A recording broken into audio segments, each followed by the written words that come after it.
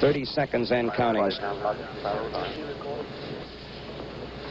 25 seconds and counting. We are still go. 20 seconds. Guidance alert. The guidance system now going internal. 15, 14, 13, 12, 11, 10, 9, 8. Ignition sequence start. 5, 4, 3, 2, 1.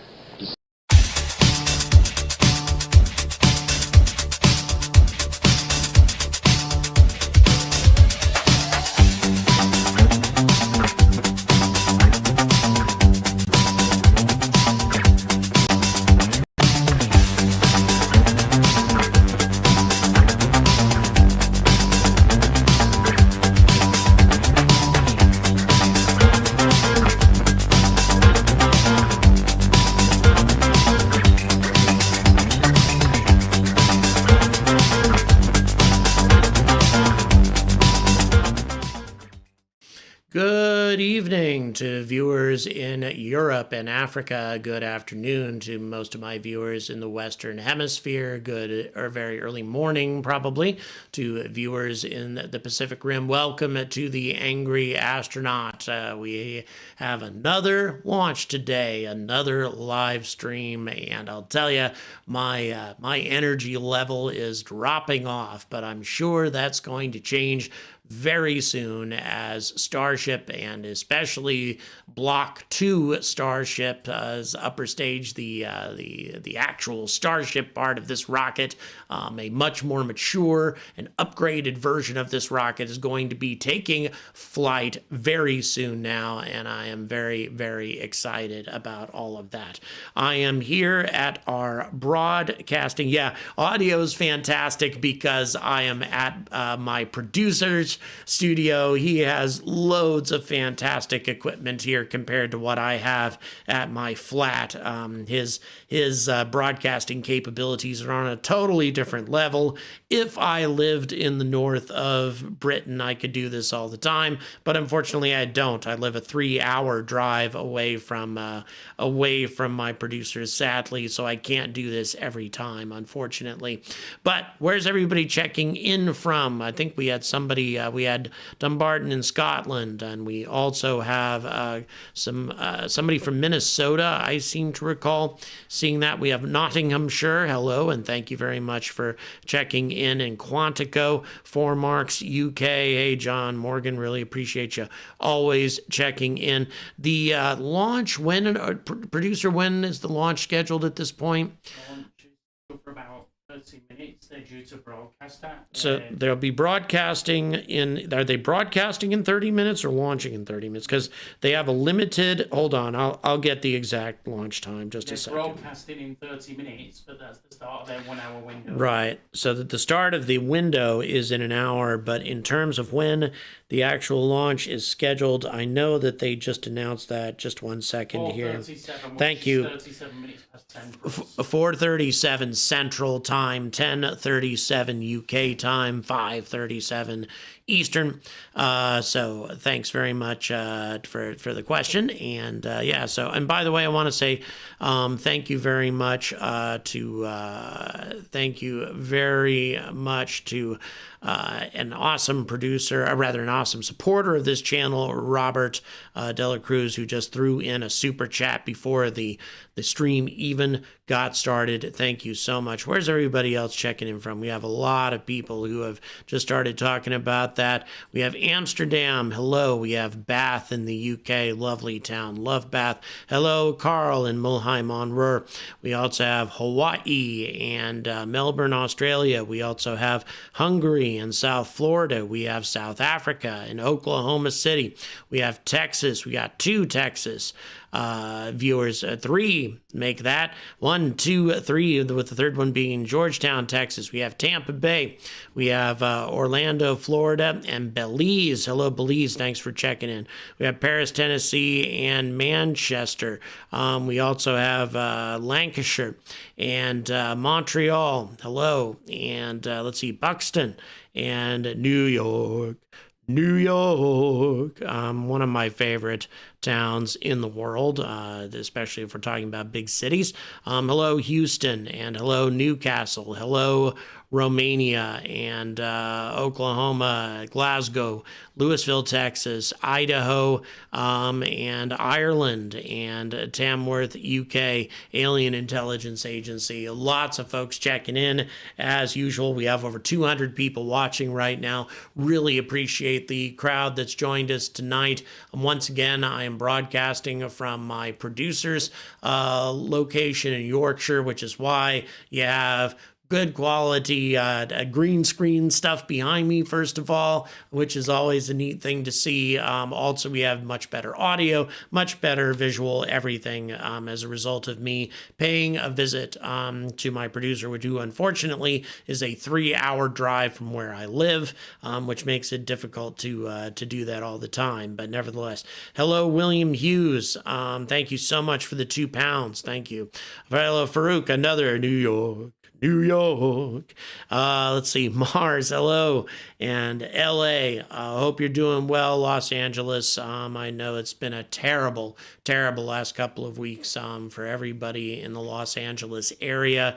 Really horrendous natural disaster having struck there has put the NASA JPL facilities in a horrible state of jeopardy, worse than it's ever been in its history, apparently.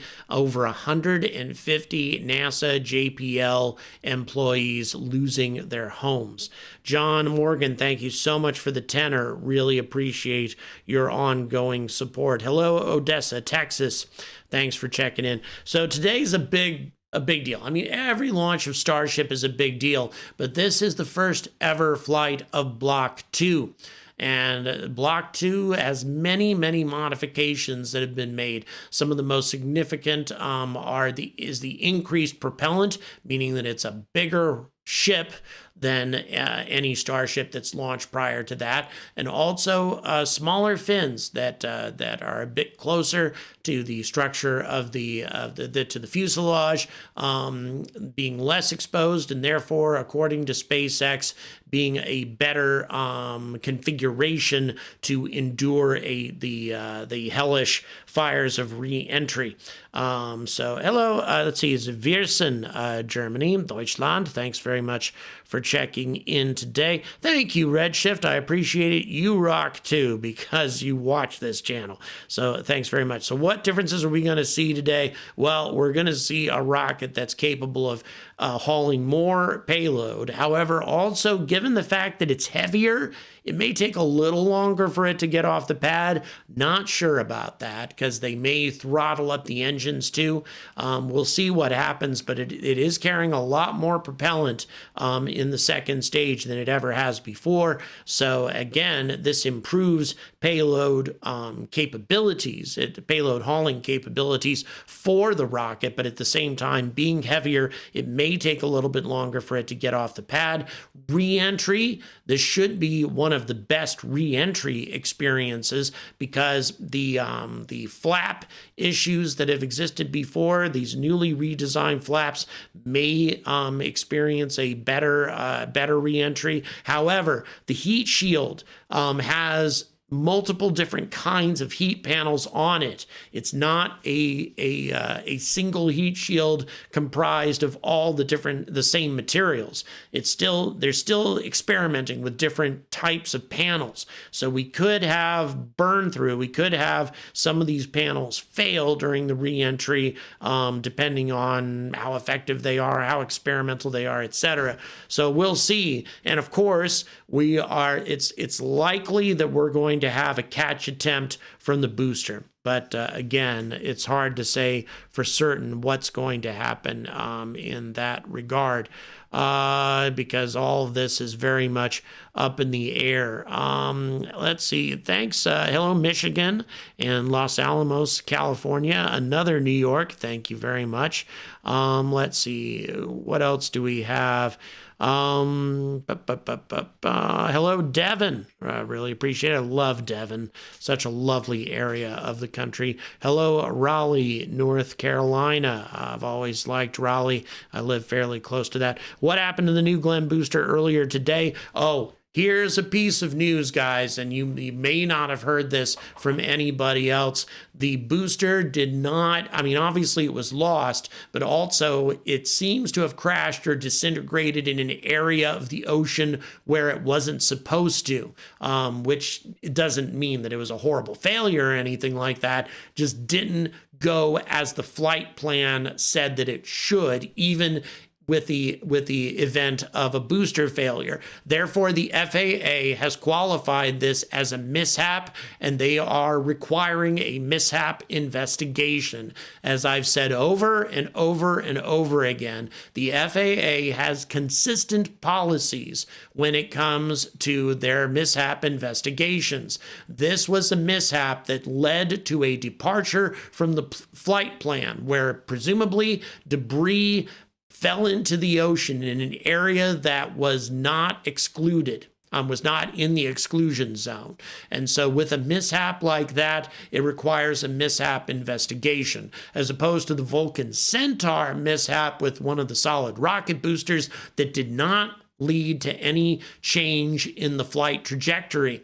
Overall, the flight trajectory and the orbital trajectory, everything went exactly as planned. Now, if Vulcan Centaur was a reusable rocket trying to land or something, what happened with those engines could have led to a mishap, but it wasn't in a reusable configuration, so it had an easier job, a lower hurdle to jump over than New Glenn did. But again, to be clear, the FAA is requiring a mishap investigation in exactly the same way that they've required it from Starship on many of these launches lately. So this should not, again, this doesn't surprise me, but there are a lot of people who are making comments and saying, where's the investigation? You know, where Blue Origin had a mishap, so they should have an investigation, but the FAA isn't doing anything, so they're prejudiced against SpaceX. No, absolutely not the case. The FAA is enforcing their regulations consistently across the board. Now, this is unlikely to have any sort of significant impact on Blue Origin's flight plans, though, because they don't intend to fly the rocket again until the spring. So that being the case, there's not going to be it's not going to make a difference to Blue Origin. The investigation should be over with in just a few weeks, but it shouldn't have an impact on their flight plans. But nevertheless, there is definitely an investigation. I'll be releasing a video story including the FAA's press release on that issue tomorrow. Because it doesn't appear that a lot of people in the space flight media business are paying a lot of attention to that whole issue, and they should be, because we should be demanding the same policies and the same consistent behavior from the FAA with every launch provider, not just SpaceX. And I think that that's what we're seeing right now. So in any event, let's see. Oh, hello, Mumbai. Thank you so much. That's your second show that you've been watching. Really do appreciate you tuning in. I've added thousands of new Indian subscribers, incidentally, since I released a video about Indian spaceflight about a month or so ago. And I intend to release some more information about Indian spaceflight, because lots of exciting stuff coming up with ISRO and some of the private space flight in India as well. So neat stuff coming up in space flight across the board. So let's see, how long do we have before SpaceX goes live?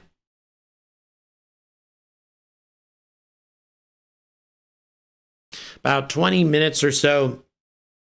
SpaceX should be going live just to provide their coverage. They only have a 1 hour launch window, just to be clear. They've already pushed out the flight about half an hour or so. So they have 25 minutes or so to get this rocket off the ground. If they fail to do so, then they're going to have to fly again. Hello, Western Australia. Really appreciate you checking in. Hello, Cynic in Chief, and thanks so much for that $5.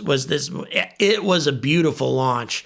And you're right, those mock diamonds, I'll tell you, those BE-4 engines, they're impressive. They really are, because we've had 11 BE-4s fly at this point in 3 different launches, 2 Vulcan Centaur flights and the New Glenn flight. So far, they've gone 11 for 11. Very consistently performing brand new engine.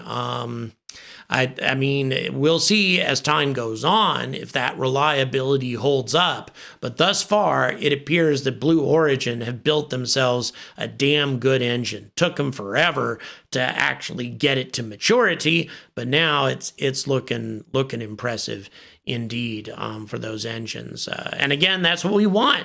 We want good engines. We want competitive space flight. We don't just want SpaceX being successful in dominating everything and everybody else falling short. We want SpaceX to be challenged. We want other companies achieving the greatness that SpaceX has displayed over these past 5 years, even longer than that, but the last 5 years especially, with their launch cadence stepping up, with the extreme reliability of Falcon 9, the rapid evolution of Starship, lots of achievements from SpaceX. We want to see other companies achieve that greatness as well. And Blue Origin took an important first step. And by the way, I was mentioning to some of my Patreon supporters in a conversation we were having a little bit earlier before I went live today, we've had in the past 6 to 12 months a huge transformation in the heavy lift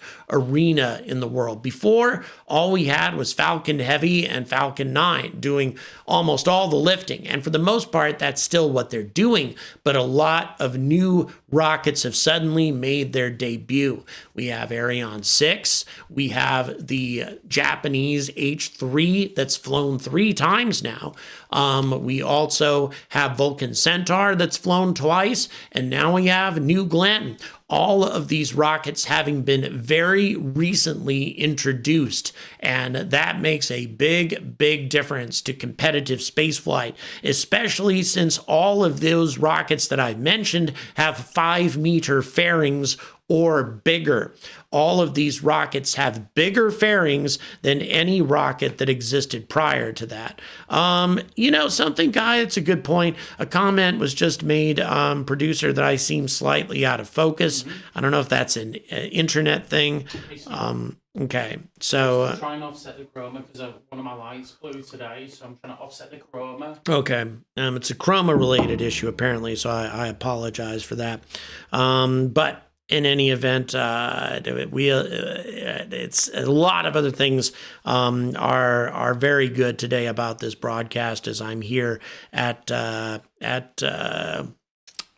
my producer's place in Yorkshire. Being reckless didn't prevent the launch of Challenger in Columbia. That's a very good point. And that's something we would like to see change. We definitely need to make sure that safety is the first priority for all human spaceflight, especially as time goes on. Definitely. I seem excited. Yep, absolutely. We've got a lot going on in spaceflight right now. A lot of new players entering the field, or old players who have introduced new rockets. And that makes for a very exciting environment in the spaceflight arena, which is definitely what we want. Definitely the sort of thing that we want, because as SpaceX becomes challenged, that means that they're going to push for even greater excellence than they've already achieved. And it pushes everybody else as well. And it also brings the price down too. And of course, I'm a free market capitalist by philosophy. So of course, I'm always going to like a competitive environment anyway. All right, so let's see. What else do we have? Industry is finally starting to catch up to SpaceX. Yep, they are becoming more competitive. There are more choices available in the spaceflight arena for people who want to send payloads to orbit, and that's a good thing. That is exactly what we want to see. Peter Quinn points out launches of Challenger and Discovery were not reckless. They were using a tried and tested ship and launcher. It's a good point, but at the same time, they made mistakes with both of those launches. There were concerns expressed with both of those launches from people who knew what they were talking about, and there wasn't enough precaution. Those people were not heeded, the ones who were expressing concern about both of those launches. And had they been heeded, or had NASA just paid a little bit more attention to them, those 14 astronauts might still be alive today. Cynic in Chief, thank you so much. Really, really appreciate that. I think what was the audio like this morning though, guys? Do you think the audio was good after we finally fixed all those issues for the New Glenn coverage this morning? I'm just curious what you all think about that. How long do we have before SpaceX goes live again?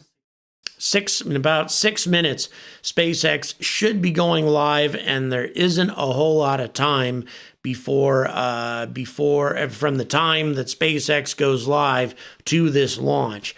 So yeah, we'll see.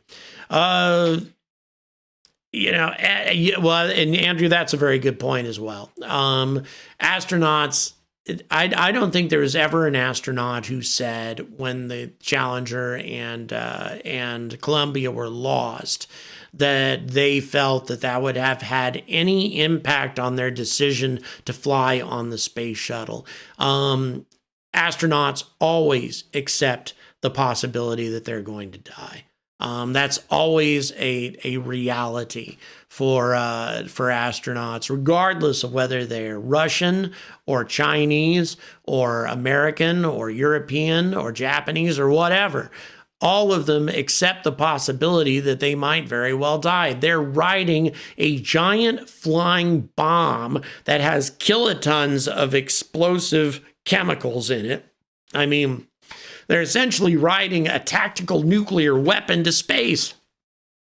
Sure, something could go wrong with that. Sure, they could die, and every astronaut is prepared for that possibility. I'm not sure if Krista McAuliffe fully understood the risks that she was undertaking. I'm not sure if she had a total understanding of it compared to a lot of her astronaut colleagues, given how consistently successful the shuttle had been up to that point. I mean, it had a flawless record up to that point, and everything looked routine with the shuttle by that time. So I would say that there's a chance that she didn't know how dangerous it might have been. But everybody else, yeah, I would say every other astronaut had a very good impression of just how lethal space flight can be.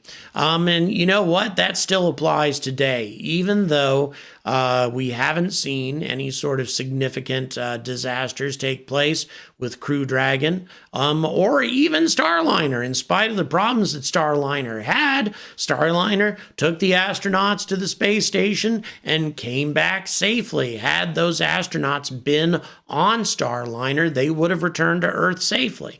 So, it's, but in spite of that consistent record, in spite of how well things have been going lately for human spaceflight, that doesn't mean that it's safe.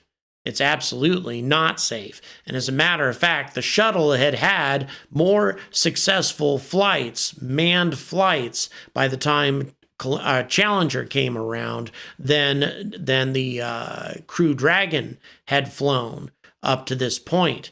So Crew Dragon has not had as many successful flights as the shuttle had by the time the Challenger disaster came around. And that's something we need to keep in mind. Definitely something we need to keep in mind as time goes on. All right, in 2 minutes, presumably, SpaceX's broadcast should be going live, and then we're going to have a launch shortly after that. SpaceX's launch window is limited, only a 1 hour total window, and they've already chewed up more than half of that window because of the delay that they've put into the flight plan today. So they need to get this rocket off the ground soon if they're going to fly it today. So we'll see how things go. But up to this point, SpaceX has proven to be extremely successful in getting Starship off the ground as scheduled, as long as there haven't been weather issues or something. But again, this is a new rocket in many ways. And that makes a difference. PebMeds, thank you so much for the $20 support. Challenger was completely avoidable. You're absolutely right. You're right. The engineers on the SRBs at Morton Thiokol said not to launch, and they were not listened to. They were not heeded. And as a matter of fact, the chief engineer at Morton Thiokol didn't even sign off on the flight. He refused to sign off on it, and they flew anyway. So yeah, definitely a grim moment in the history of NASA. Andrew says that Krista McAuliffe was not aware of the risks, and Reagan was premature when he declared the space shuttle fully operational after just 4 test flights.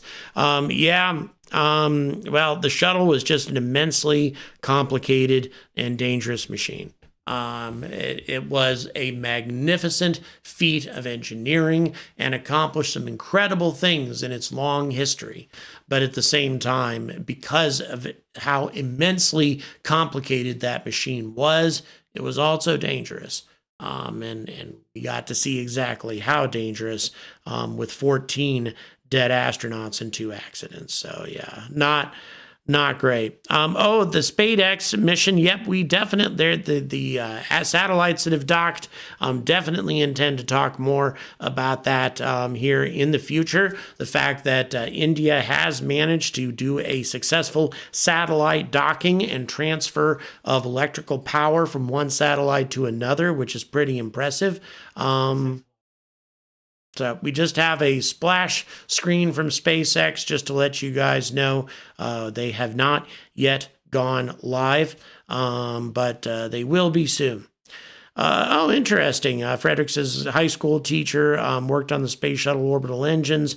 Even back then talked about the probability of catastrophic failure is about 1 in 100, and that is roughly how the shuttle went. Little bit more than 1 out of 100 launches ending in disaster, but still not a whole lot of difference. Leaked footage from inside Starship during the reentry. I've seen a little bit of that. Yes, I have seen a little bit of that information.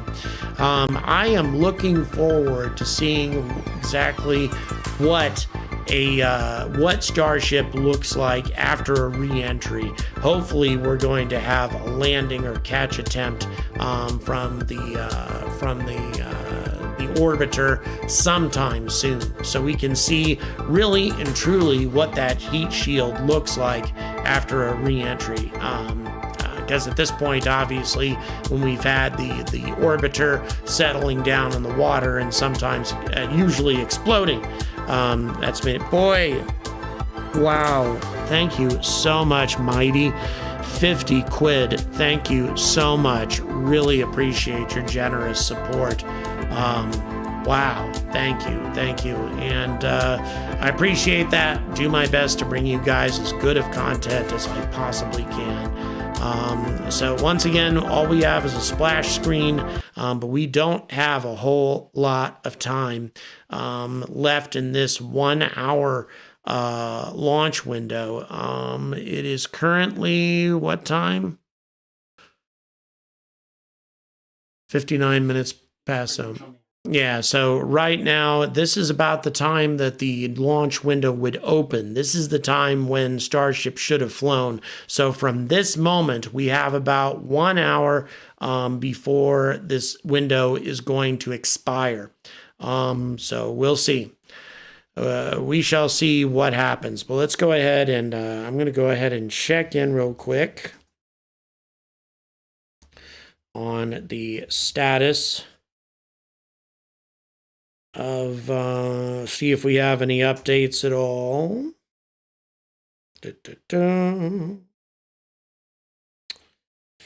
Let's see. So far, no, we have no other updates from SpaceX. Aside from the fact that they had their prop load going, everything else is looking good. So they're definitely within the launch window to make this flight work. Again, I'm wondering why we just have a splash screen at this point, because again, they don't have a ton of time to do a broadcast about this flight before. Oh, here we go. No, not yet. So we're waiting for SpaceX to go live to give us more information about this flight today. And of course, once they go live, we will bring you as much of that broadcast as we can. Obviously, anything that involves copyrighted music, we'll need to cut the audio. But so far, everything is going forward as expected. So fingers crossed. This is again a very important flight because it is a flight of the Booster 7, or rather for the Block 2 upper stage, which is this is a big experiment because this is a much more mature version of Starship. This is a significant step forward from where Starship was to the final version of Starship that will be a mature commercial rocket, which it isn't yet. But this will be a big step towards that goal if the flight goes very, very well. So currently, it looks like we have the SpaceX going live. All right, so currently they are playing music.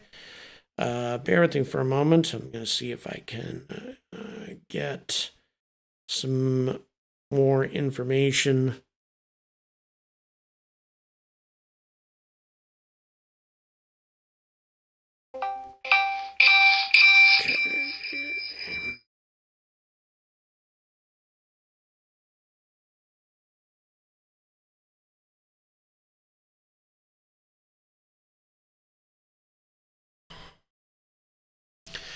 We still have copyrighted music going.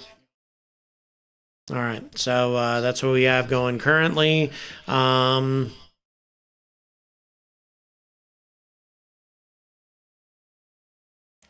on, I'm trying to mute.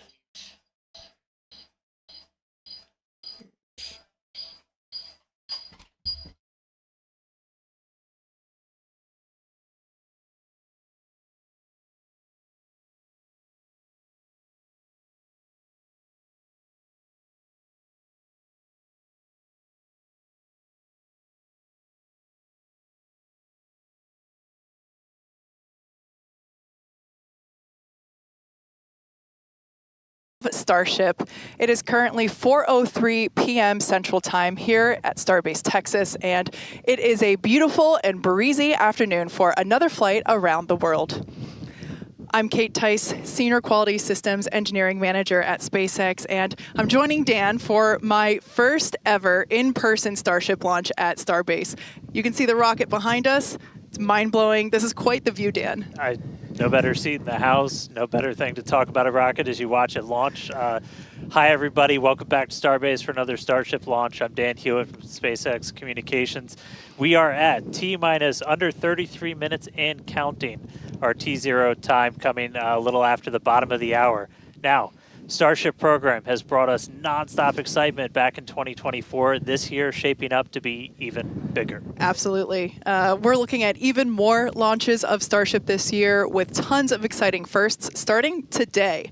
Flight 7 has a lot in store, from Starship's next generation upper stage design on its first flight today to deploying the first simulated Starlink satellites and the second booster catch attempt. We're kicking off 2025 in style here in the Lone Star State. So hold on to your butts because it's going to be a wild year. And it's all ramping up as we chase after that full reusability for the world's biggest rocket. And we're going to be with you today every step of the way. Also joining us, though, amid a very excited crowd growing over there in Hawthorne, is Jesse Anderson. Jesse, how's everything going in LA? Hey, Dan and Kate, everything is all good here on the factory floor. We're just outside of mission control, and we're T-minus 31 minutes away, but we already have a really big crowd here building. There you go. Starting to build up here. Every flight of Starship has made huge progress, and today is another exciting one. We're joined by Starship, Raptor, and Starlink teams here with me today, and everyone is getting super excited for this flight test. So with that in mind, I expect it to get very loud in here soon. But for now, I'm going to hand it back over to you guys at Starbase for a quick look back at the flights that brought us here today. Hey, thanks, Jesse. Now, the more we fly safely, the faster we learn, the sooner we realize full and rapid reuse. The previous 6 flight tests proved we're on the right track. Each one of those tests provides a ton of invaluable data and, of course, some pretty great views along the way. Oh, yeah. Every one of those tests informed the upgrades that are debuting on today's flight test.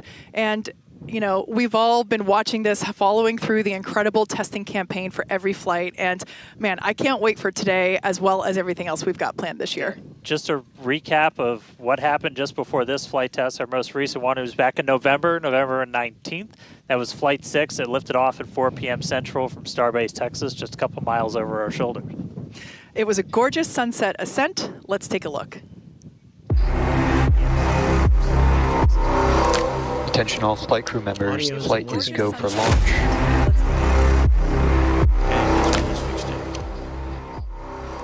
Attention all flight. All right, guys, we have more copyrighted music currently.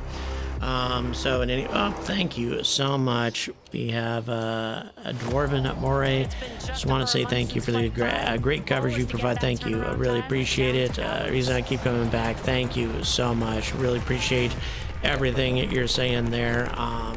You guys are awesome. Thanks very much for all your support. So yes, as I say, we have copyrighted music going. There's a question: is there going to be a Block 3? Yes, there will. That's the word that we have right now, is that there will be a Block 3 Starship. And of course, we also need to see upgraded versions of the booster as well, which we haven't seen that yet. All we're seeing is a Block 2 version of the orbiter right now, and that's it. And shut down.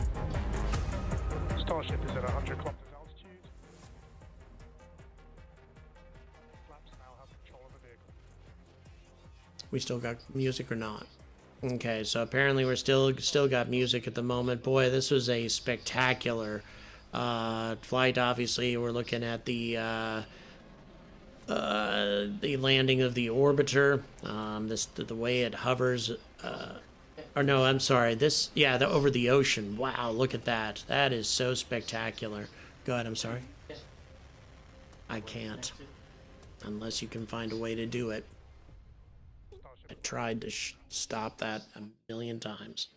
All right, now today's flight test is going to look pretty similar profile-wise to that last one, and honestly the last couple. So everything starts off, as always, with liftoff. The Super Heavy igniting those 33 Raptor engines. Super Heavy. Bear with me, folks. We're getting some couple technical issues, getting that taken care of at the moment. Hot stage maneuver. Exactly. The ship will then ignite engines while it's still attached to the booster. That will allow us to separate the 2 stages. I don't know how to make it shut up. I really don't. For that flip and return back here to Starbase for a catch at the launch tower. And while booster catch is blowing our minds, ship keeps going all the way to space, All right. gets into its suborbital trajectory. That's still. Got a couple on orbit things. We're gonna deploy our first test. Yeah, go Previous flights, courtesy of Starlink, that re-entry period gives us such gorgeous views. It's like, you know, just a rainbow flow of colors as the ship re-enters the Earth's atmosphere. The ship will relight its engines, perform a flip maneuver for a soft water landing in our targeted location in the Indian Ocean. And that will once again be daylight given our later launch window. So today's flight test will be launching the next generation of Starship. It'll attempt the first payload deployment test, fly multiple re-entry experiments geared toward ship catch and reuse, and of course, the launch and return of the Super Heavy booster back to the launch site right there behind us. Yeah, that's going to be amazing, but ship, kind of the star of the show for a lot of stuff today. A huge block of upgrades to Starship's upper stage are debuting on this flight test, adding more capability. We'll start off up top. Those forward flaps got a redesign. They shrunk in size. We shifted them towards the top of the vehicle, away from the heat shield. That's going to make it significantly less exposed to re-entry heating. And then Starship itself, we made it about 2 meters taller. So we stretched it up to about 52 meters. That allowed us to add 25% more propellant volume, along with a bunch of propulsion upgrades like vacuum jacketing of those feed lines to the engines, an entirely new feed line system for the Raptor vacuum engines, an improved avionics module for propulsion, all that adding performance and the ability to fly longer missions. And just like on Flight 6, tiles have been purposely removed to stress test vulnerable areas. This time we're doing it across the entire vehicle, including in critical areas, as we use this flight to push the boundaries of Starship's capabilities. And for re-entry experiments, multiple metallic tiles are being tested, as you can see there on your screen, including some that have a version with active cooling. Then the vehicle's avionics, its brains, got a complete redesign. Some of the new things, we've got 4 of these upgraded Starlink terminals that combine Starlink, global navigation, and RF communications into a single unit. And then on the sides of the vehicle, we have these catch fittings. They're non-structural, but we're going to be able to see how they perform thermally during re-entry. We also smoothed part of that tile line to address some hot spots that we saw during entry on the last flight. Now, the ship and the booster, they weren't the only thing to get some upgrades. On the ground side, several radar sensors will be tested on the tower catch arms as we experiment with additional ways to measure distance between the arms and the vehicle while we prepare for ship catch. Now, this is just a handful of the many upgrades included on this flight that make this the most capable Starship that we've flown so far. And then something really cool has me super excited. We're going to be deploying 10 Starlink simulators that are similar in size to our next generation Starlink satellites. With pretty unparalleled payload capacity and full reusability, Starship's going to be able to deploy our more advanced V3 Starlink satellites, which is going to help us continue to revolutionize global connectivity. Each of those Starlink V3 launches on Starship is going to add about 60 terabits per second of capacity to the Starlink network. And that alone is that's more than 20 times the capacity we're getting with every V2 Mini flight on a Falcon 9 right now. That just helps further Starlink's impact in the coming years as we expand access to high-speed internet all around the world and eventually beyond. And those Starlink simulators are going to be on the same suborbital trajectory as Starship, and they're expected to demise upon entry. Starship itself, its trajectory looks very similar to all of our last several flights, suborbital, splashdown targeted into the Indian Ocean, a couple hundred miles off the western coast of Australia. And then the other on-orbit thing we're doing is going to be relighting a single Raptor engine while in space. We knocked that out last time. V2 ship, new propellant system. Let's do it again on this one. Ship's going to be busy. Now, of course, we can't forget to add that today's Super Heavy booster is reflying flight-proven hardware for the first time. A Raptor engine that flew on the booster that was caught during Starship's 5th flight test. You can see it there on your screen. This flight-proven engine, we've got Raptor 314 there, hence why there's a piece of pie on this nozzle. Maybe we can get that image rotated so you can see it a little bit better. Yep, there we go. If you didn't already know, we like our jokes around here. So that's what we have planned for today's flight test, and so far everything is on track as we continue to count down. We're now within 23 minutes of launch. We're at 22 minutes and 52 seconds. Everything continues to look good. Still a little breezy, but that's okay for us. Yeah, we set up our desk in a wind tunnel today. It's probably windier here than it is anywhere else, but weather's cooperating, really clear skies, no rain today, still well within our limits for booster launch or catch. Not tracking any issues on vehicle as we continue to count down. We're still loading prop on board.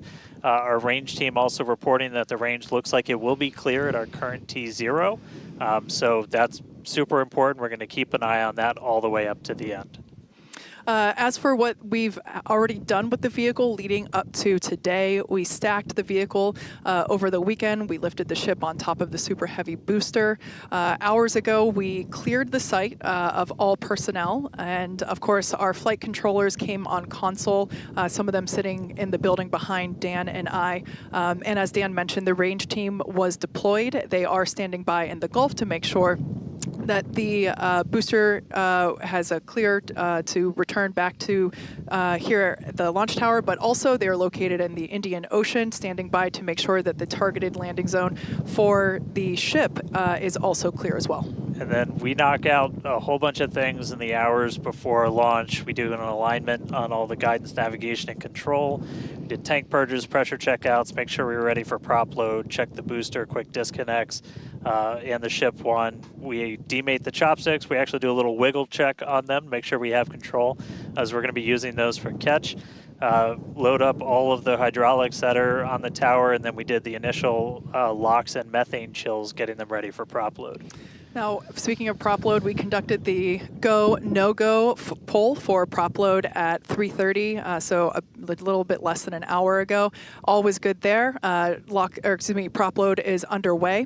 The LOX load on the booster started at T-minus 45 minutes, and fuel started at T-minus 43 minutes. Booster fuel will start at T-minus 41 minutes, and then LOX on the booster started at T-minus 35. So that will all wrap up at T-minus 3 minutes and 20 minutes on the ship side, and at T-minus 2 minutes and 50 seconds on the booster side. So everything is looking good. Propellant is loading. Yeah, looks like we're about half full of everything on booster, 3/4 of the way there on ship, looking good for a launch today. With that, though, let's jump over. Let's check back in with Jesse real quick and all of our teams out at Hawthorne. Thanks, Dan and Kate, and great to hear the updates with the vehicle as we prepare for liftoff. There is a lot more people here, as expected.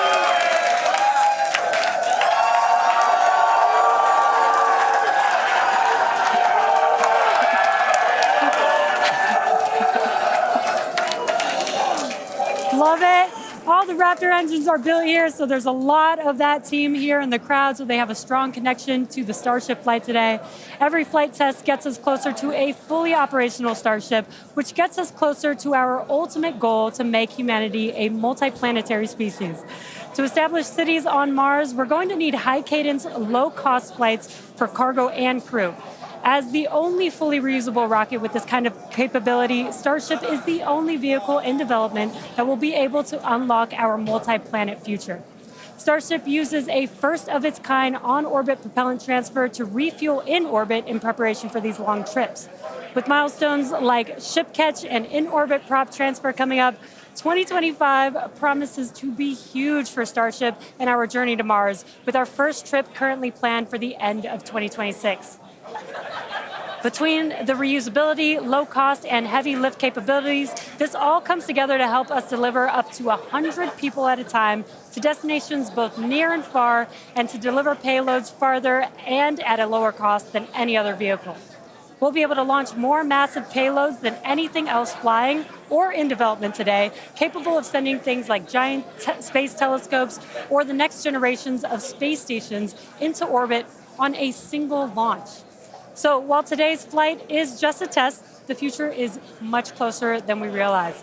But one flight test at a time, so let's head back to Dan and Kate for a closer look at Starship. Thanks, Jesse. Starship features two major parts: the ship, which has 6 Raptor engines, and the Super Heavy booster, which has 33 Raptor engines. The Raptor engine is a reusable so much, methane Aaron. oxygen staged combustion Fully engine fueled that Starship powers is the a Starship means of system emergency and has asteroid twice the defense. thrust of the Falcon 9 Merlin engine. I don't Now, know. just like and the we saw reason I flights 1 wonder through about 6, it the current is, iteration of Starship is an experimental think vehicle that, flying for Centaur development. 5 is As we better mentioned suited earlier, for it. today's flight is Centaur debuting a 5 ton is of upgrades that designed we've had in the works in order to increase maintain its Starship's operational reliability and status for performance. months at a Several time. Starship, I'm sure, has that eventual capability, but propellant bleed off is substantial from Starship. You'd have to find a way to eliminate propellant bleed off in order to have a fueled Starship operational and on demand for an interception, whereas ULA has some Centaur 5 designs that include zero propellant boil-off features, an active chilling system, for example, that sort of thing. So as of right now, I'm thinking that that Centaur 5 has that capability to intercept asteroids at a higher level of maturity. But eventually, sure, Starship is going to have the capability of doing a lot of stuff. Features 6 Raptor engines. 3 optimized for sea level performance and 3 optimized for vacuum performance. Raptor Vacuum, or RVAC, is a similar design to the Raptor engine, but features a larger exhaust section and a larger expansion nozzle to maximize the engine's efficiency in space.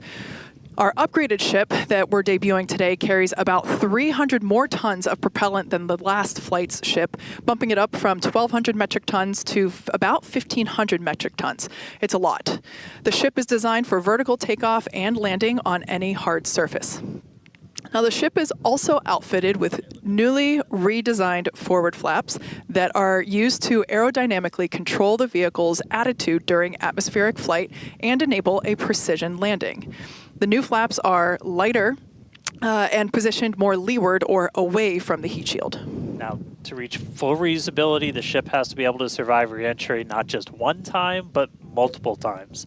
The ship's heat shield is essentially what does the job for that. We've been iterating on that every single flight, building towards that heat shield that Appreciate requires our no big crowd refurbishment today, between by the flights. way, guys. Now, Thanks for tuning in. the heat shield is composed of And yes, they are thousands of using hexagonal Raptor ceramic 2s. These are tiles. not They're Raptor designed to 3s insulate yet. the vehicle up to as high as about 2,600 degrees Fahrenheit. A rapidly reusable heat shield has never been flown in history, so continuously improving this, flying new experiments, those are all key focuses of all of our flight tests right now. And in between the first and second stages is our hot stage, which we saw in actions on flights 2 through 6. The hot staging maneuver is when the upper stage engines are ignited before the booster engines, before those booster engines are completely cut off. With hot staging, the rocket never stops accelerating during separation, so it's more efficient than traditional stage separation. One of the hallmarks of Starship flights are the incredible views that we get throughout flight, of course, courtesy of Starlink. Every day, we're working to expand the Starlink network both on Earth and in space. Here's Jesse with more. Fans of Starship may know that Starlink enables us to bring you lots of unprecedented views, both from space and here on Earth. In addition to the dozens of cameras on Starship itself, we also have mobile Starlink camera kits deployed in the Indian Ocean, connected to our aerial assets and all around Starbase, which all come together to help tell the incredible story of Starship, both on and off planet. But it's, Thanks to Starlink, Starship is capable of streaming more than 120 megabits of real-time, high-definition video and telemetry in every phase of flight, providing invaluable engineering data to help engineers rapidly iterate across all systems. And all that streaming data will be put to good use with the more than 30 cameras on the vehicle for today's flight test. Starlink is the world's largest satellite constellation, operating in low Earth orbit to deliver high-speed, low-latency broadband internet, providing access to people around the world, many who have never had connectivity before. Starlink now serves more than 119 countries, territories, and other markets. And here at SpaceX, we've been developing Starlink's communication capabilities not just for humans on Earth, but for astronauts in space. Our recent Polaris Dawn mission, we deployed a high-speed internet connection in Dragon for the very first time. Here's a quick look at how that went. Starlink is an amazing confluence of programs at SpaceX. So we have a whole corner of the company that owns it. Okay, so we have copyright music, is that right? Okay.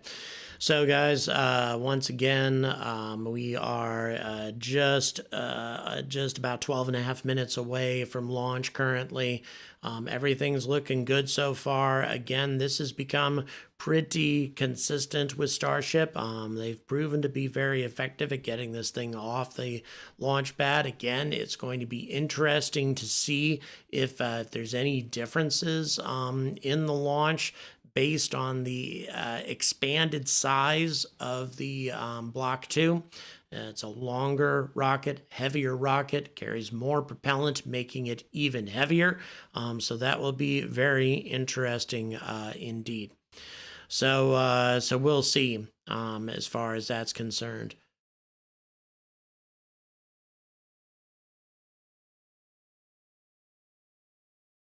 We are still waiting on. We still running with still got copyrighted music. Currently, happy to answer any questions in regards to what you have with Starship. But yeah, this is a very critical flight today. All the tests are obviously critical, but this is a big one because this is a much more mature version of Starship than any of the rockets that has launched thus far. So with the Block 2 being much closer to the final version of Starship. So how it flies today is going to make a big difference on how quickly we get a fully operational Starship into service. We'll bring SpaceX back now. Possible around the world and beyond. Last year, we activated Starlink in 27 new markets and are now covering a global area home to 2.8 billion people, including those who live in some of the most remote places on Earth. To meet the growing global demand for high-speed internet, SpaceX opened a new 700,000 square foot factory in Bastrop, Texas, and introduced Starlink Mini as well as an upgraded version of the Starlink Standard Kit. The SpaceX team also achieved an unprecedented launch cadence, conducting 134 Falcon launches, with 89 dedicated to expanding the Starlink constellation. With each launch, Starlink adds more capacity to the constellation and continues to expand its coverage, connecting even more people in underserved and hardest to reach areas of the globe. Now, while our mission to connect the unconnected is far from complete, you can check out some of the Starlink team's highlights from 2024 and learn more about how our customers are furthering Starlink's impact around the world at starlink.com/stories. And a little bit closer to home, we do have a few updates for those impacted by the fires here in Southern California. About 1,350 free kits to fire departments and other disaster response organizations from down in Orange County all the way up to Malibu. That is in addition to applying free Starlink service for thousands of customers impacted by the fires all across the Los Angeles area. And just as critically, since enabling our direct-to-cell satellites with T-Mobile, more than 120,000 text messages have been sent, allowing those in impacted areas to reach loved ones, text 911, or receive emergency alerts. I've never been prouder to be an employee at SpaceX for moments like that where we can help the people and community around us. Make sure to follow at Starlink on X for updates as we continue to work with local response teams, and check out starlink.com/LA wildfires thank you so for more much information for on these. I really appreciate it. Yeah, it'd be great to see the Enterprise, of any version of the Enterprise, enter service. As we did on Flight Test 5. So let's head back to Dan and Kate for a catch primer. Thanks, Jesse. We are now T-minus 8 minutes and 40 seconds until liftoff. Flight controllers on console there in the building just behind Dan and I. You can actually see the rocket in the distance at the pad 6 miles away. Our excitement is growing. I already am not sure if I'm going to be able to remain coherent after witnessing this, so looking forward to it. You'll be all right. You'll be all right. Just a quick status check. The ship fully loaded in its main tanks on LOX and fuel. We're going to load the header tanks and booster is going to be closing out real soon as well.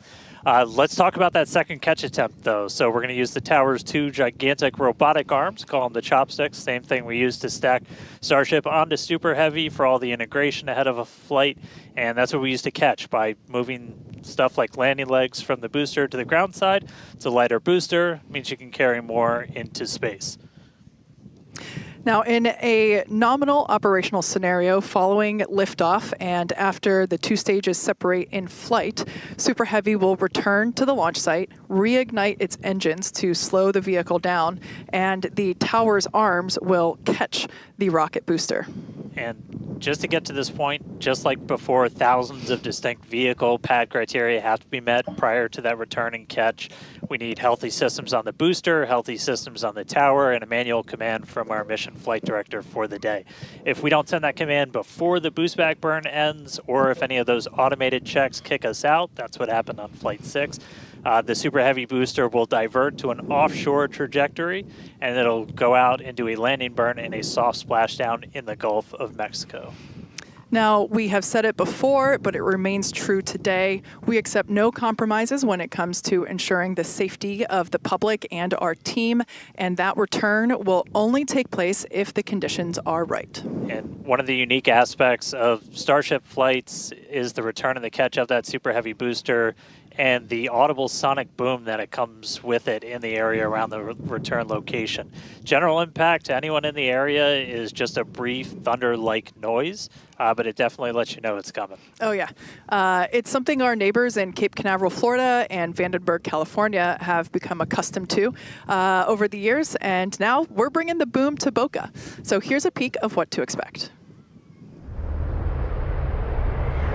Just over 6 minutes, guys.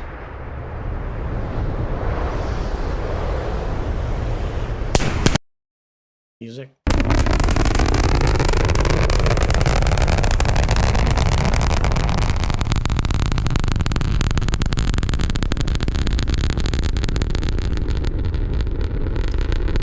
This just crashed.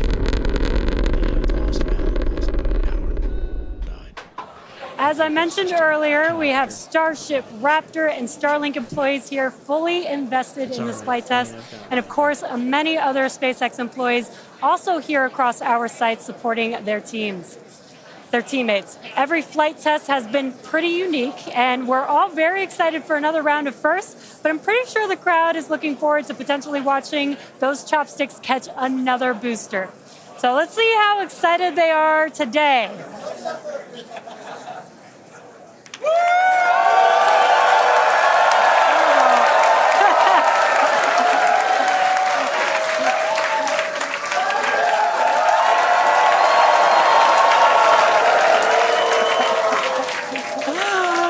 Just under 5 minutes to go. We are all very excited here. We're going to send it back to you at Starbase for the final minutes of the countdown. Kate and Dan. All right, thank you, Jesse. So if you just tuned in under 5 minutes ago, you picked the right time to do it. Just a quick status check. So we're almost fully loaded on the booster. We'll be fully loaded on the ship, fully loaded on the booster coming up soon.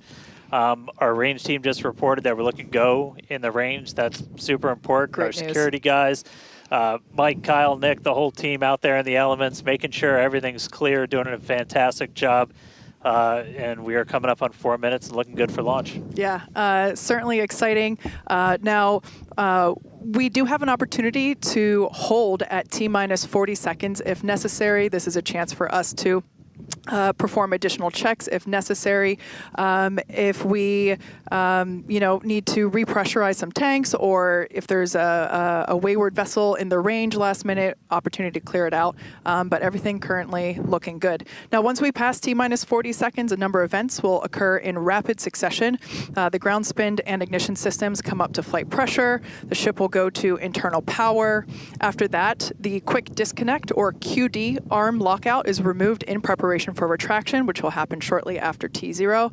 And yeah, once we pass T-minus 40 seconds, we do have the ability we have the ability to recycle the count under certain conditions back to that T-minus 40-second mark and hold there to assess what happened and assess opportunity to proceed again to T0. Yep, we've used that T-minus 40 hold a couple of times.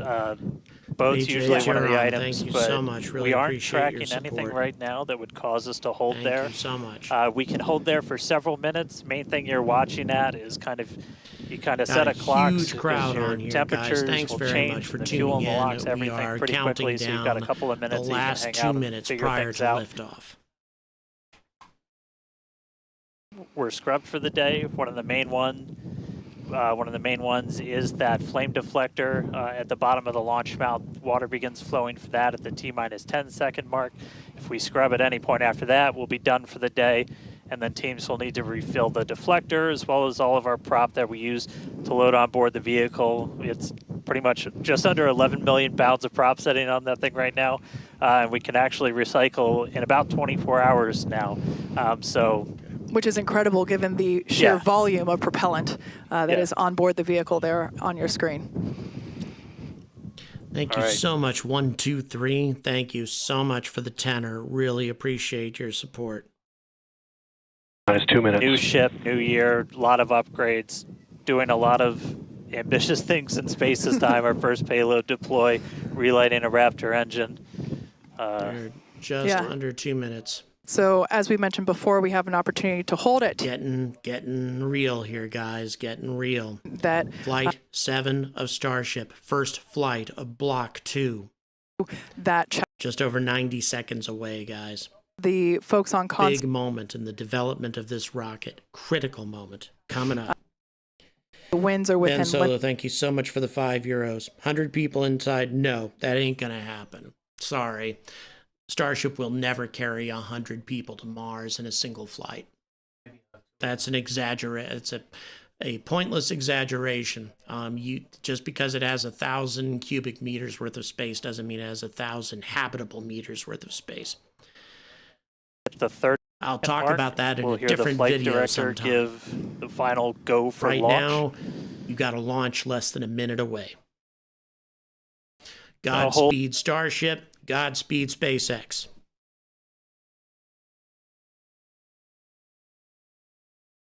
I know as much shit as I always do, so probably not. All right, we passed right through that prop load gate. Hot diggity dog. All right, so we're going to let our flight director tie for on. the 2 pounds. Thank you so much.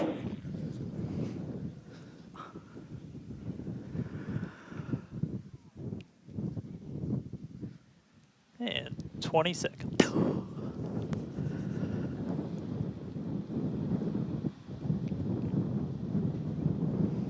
T-minus 10, 9, 8, 7, 6, 5, 5 seconds. 4, 3, 2, 1. Here we go, baby. Here we go. Oh my God. Look We at have that. liftoff. Spectacular.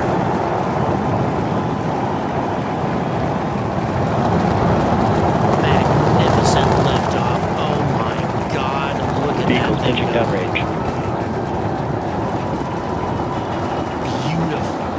Just beautiful. Booster check Martin, pressure thank you so panel. much for those €50. My God, thank you so much. Just magnificent, guys. Magnificent. All right, we're more than 30 seconds into flight. Telemetry showing All 33 out of engines seem to be 33 running. engines as it's pitching down range. Yeah, Nama, which means we have a reusable Raptor currently in operation and doing its job. Hearing good call-outs on the ship and booster avionics. You just heard the rumble hitting us about 6 Looking miles very away. good indeed. Watching Starship arc into just endless blue skies right now. Vehicle supersonic. More than a minute into flight, the vehicle's supersonic.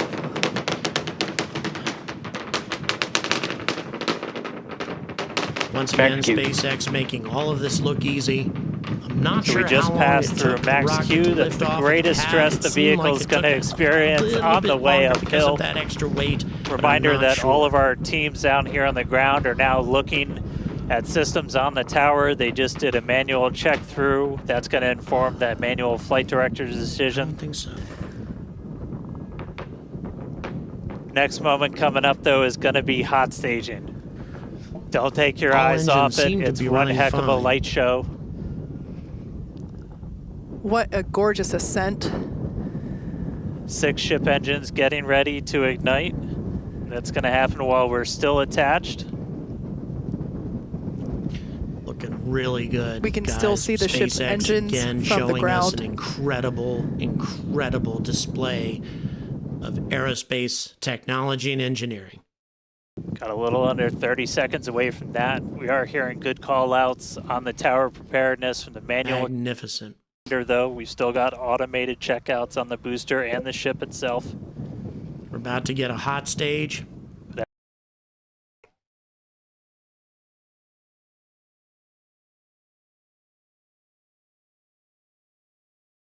There we go, main engine cut off.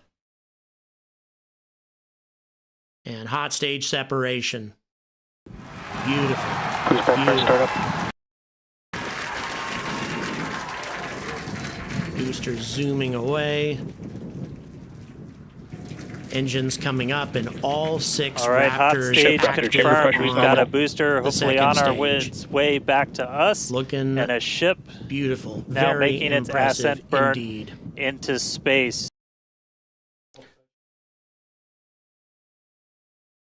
Okay. Screaming for every milestone. The booster is now making its way back down to Earth.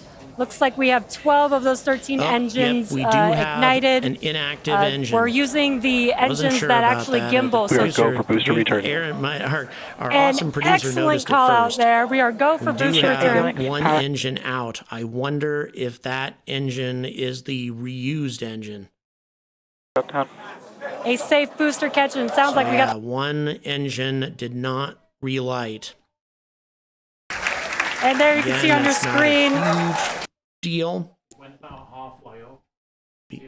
Interesting to And there's a see great- what if that was the engine that they were reusing. Okay, but all 6 Raptors functioning beautifully on the upper stage. Booster heading back for a catch maneuver. We'll see what happens. One engine out should not create a no-go for catch, but then again, hard to say for certain. We'll see what happens there. But no, yeah, they're supposed to capture it. The booster. They should try to catch the booster this time.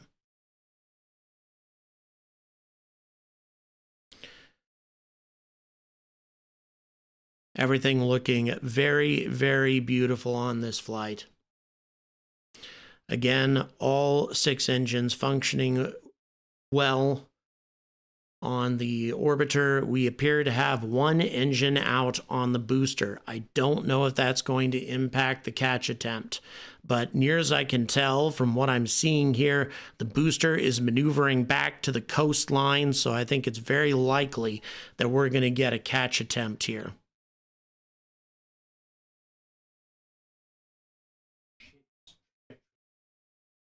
Everything is looking nominal on trajectories from both stages. Very impressive flight so far. Still got a ways to go, but again, SpaceX making a lot of this look easy. The only thing that doesn't look optimal about this is 1 engine appears to have had a problem with a relight. It'll be interesting to see whether or not that was the engine that they are attempting to reuse. But they seem to be heading straight back for a catch maneuver here. They are over the coastline, and they're going for it. Here we go, guys. Good luck to SpaceX. We're going to bring SpaceX's audio back. We can see the booster coming back in now through the plume. At least it looks that way to us. It's incredible that it basically returns. It looks like a speeding, just like this silver flare coming back to the. Once again, we are standing by for attempting to catch the booster at the tower. This would be the second power catch. Here we go. Landing burn. Seeing 13 engines. That engine is now relit properly. Booster now hovering as it aligns with the tower for catch. Here we go, baby. Here we go. Here we go. Booster coming in. It's looking good. Get ready for that boom, Steve. Down to 3 engines. Yes. Yes. Yes. Spectacular. Successful capture of the Starship Super Heavy booster. Amazing accomplishment for SpaceX. We're going to have to see what the status of the booster is post-catch, but looking very, very impressive right now. Just beautiful. What a masterpiece of aerospace engineering. Just beautiful how they captured that thing.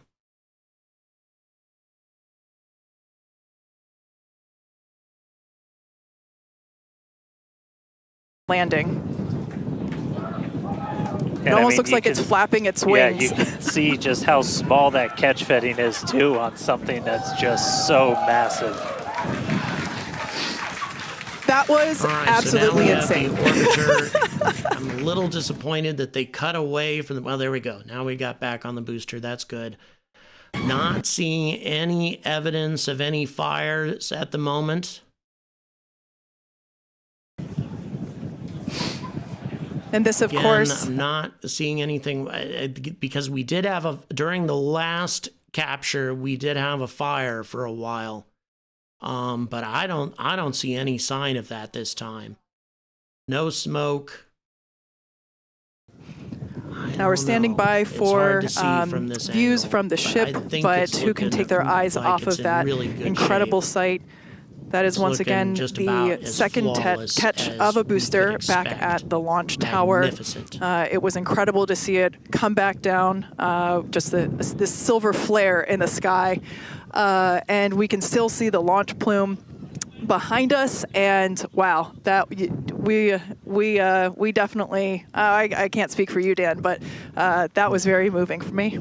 Yeah, and right now you can see some of the telemetry on those ship engines has gone out, and we're waiting for an update on what our ship status is. That's interesting. We were approaching We're not getting any that ship engine cutoff telemetry time from the orbiter. So just waiting to hear. Strange. So we are getting obviously no telemetry whatsoever. Booster back, booster on the launch tower in the chopstick arms, which is but we are waiting odd. to get an update now. But yeah, on the speed ship. and altitude stuck, indicating that we have a we were loss of expecting ship telemetry engine cut off from about orbit. 40 and that seconds doesn't mean ago. We saw that some the of those orbiter has been engines lost. start to go All out that prior means to is that we have point. a failure with telemetry. And so right now that we could are mean we are a just wide standing by to variety try of and things. But then again, get the latest also SpaceX is not on showing where we us are with ships. So stick with us for just a couple of minutes. Yeah, as it looks we like wait to hear some updates. It appears now, if you just that recently we joined us, may have you might want to hit difficulty rewind. with the orbiter, folks.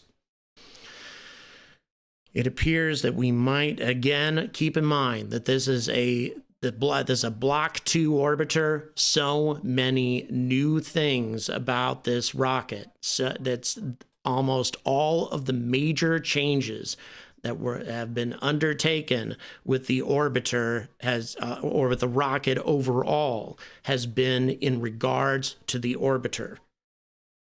But yes, there's no telemetry and apparently no camera feed from the orbiter. So we're waiting to get official information right now.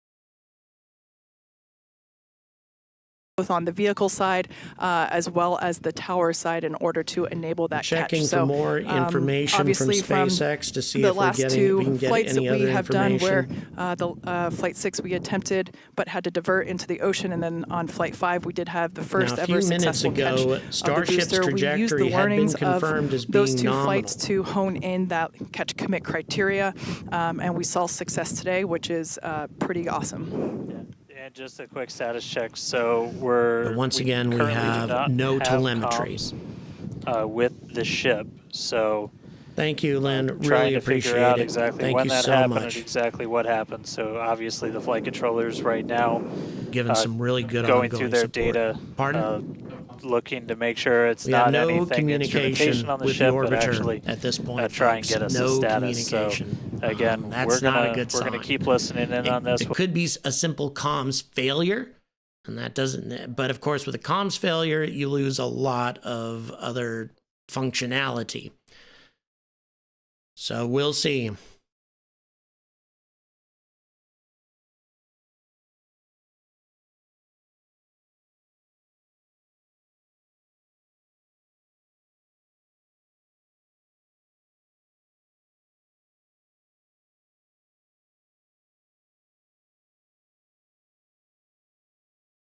Again, we have no confirmation of anything aside from a loss of communications and telemetry from the orbiter. Again, keep in mind that all of the modifications, all of the new features and functionality of this rocket have been with the Block 2 orbital version of Starship. So keep in mind, a lot of these new features and new technology, new avionics, control systems, all of this stuff has yet to be fully tested. That's not how SpaceX does things. They do things with this rapid iterative development process. So a lot of this stuff hasn't gone through a full testing process. In many ways, at least if we're talking about the upper stage, this is a very new rocket. So if there were going to be any problems with this rocket, we could expect that to be transpiring with the upper stage.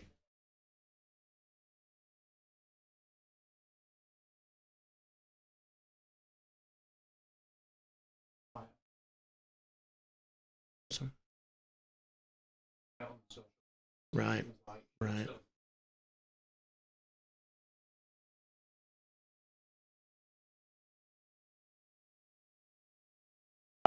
May not be able to do that at this point, but we'll give you some updates as soon as we hear a little bit more about the ship.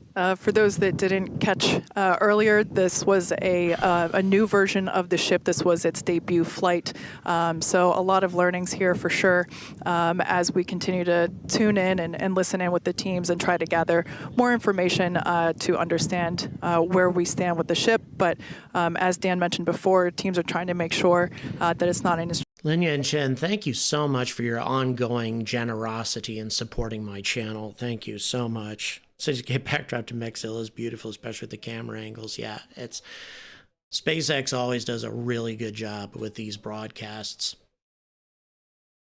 And find out more information to share as we can. But as we said before, and you can see it there on your screen, what a beautiful, beautiful sight to see another booster back at the launch tower. That was successfully caught just minutes ago after sending the ship off into space, and having seen it for the first time with my own eyeballs in person. Makes a good point. New ship, new problems. Yep, that's what we can expect. Shouldn't shock anybody, really, that we've had an issue. But again, fingers crossed. We'll see what happens here. A little bit more. So we did lose all communications with the ship. So I mean, that is essentially telling us that we had an anomaly with that upper stage. So we were just coming up to the end of that ascent burn for the ship when we stopped when we started to lose. So at this point, we have confirmation of an anomaly we saw those dropping out, from and then the we upper did stage, lose folks. telemetry from the ship. So that means we didn't have contact with it. So at this point, we are assuming that the ship has been We're going to lost. go ahead and cut SpaceX's feed at this point.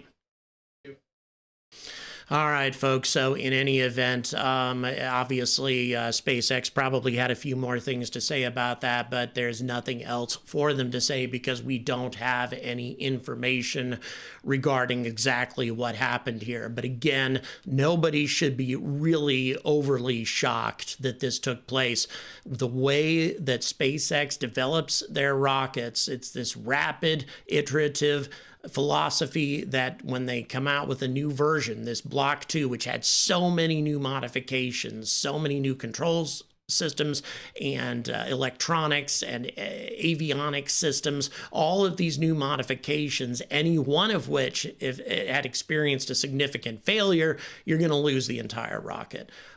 So in many ways, you know, your start, as I said during a couple of videos that I did about this launch and why this launch was so important and so critical is because in many respects, at least if we're talking about the upper stage, this is a brand new rocket, guys. And with a brand new rocket, you can have brand new problems, which is what we've experienced. I am very confident that SpaceX will resolve these problems, you know, in a very short span of time. However, we also, of course, at this stage have an anomaly and a mishap. There will be an FAA mishap report, just like we had with the New Glenn flight earlier today. For those of you who weren't around for that, the FAA has sent me a confirmation today via email that they will be requiring a mishap investigation from New Glenn, and I'm pretty sure we're going to get that here too, because Starship, having lost telemetry and communications, it will re-enter the atmosphere most probably in a different place than it's supposed to and splash down in a different location also. Given the license to the FAA, how quickly will we see Flight 8? I would say a month or so. I would say that the investigation shouldn't take much longer than that. A barbarian horde, not bad for a flying grain silo. Yes, I agree. So overall, focusing on the good stuff, a second successful capture, a capture of the super heavy booster, SpaceX making all of this look so easy at first. And then all of a sudden, we do have a failure of the orbiter, and that is something we haven't seen from a test from Starship tests for quite some time. And of course, the reason for that is they've continued to test the same orbiter over and over again with not a whole lot of significant modifications and changes. But now, again, brand new rocket, therefore a huge potential for new problems. I was afraid that this might happen. It's something I included in my videos on the topic. But at the same time, we shouldn't be shocked, nor should we think that this is going to in any way cripple the program or significantly slow SpaceX down, because this has happened to them before. It will happen again, and they will keep pushing forward until they are successful. I am 100% confident of that. So a little bit of a disappointment today, but overall, every reason to be optimistic. Thank you very much for watching. Please don't forget to like and subscribe. And until next time, stay angry about space.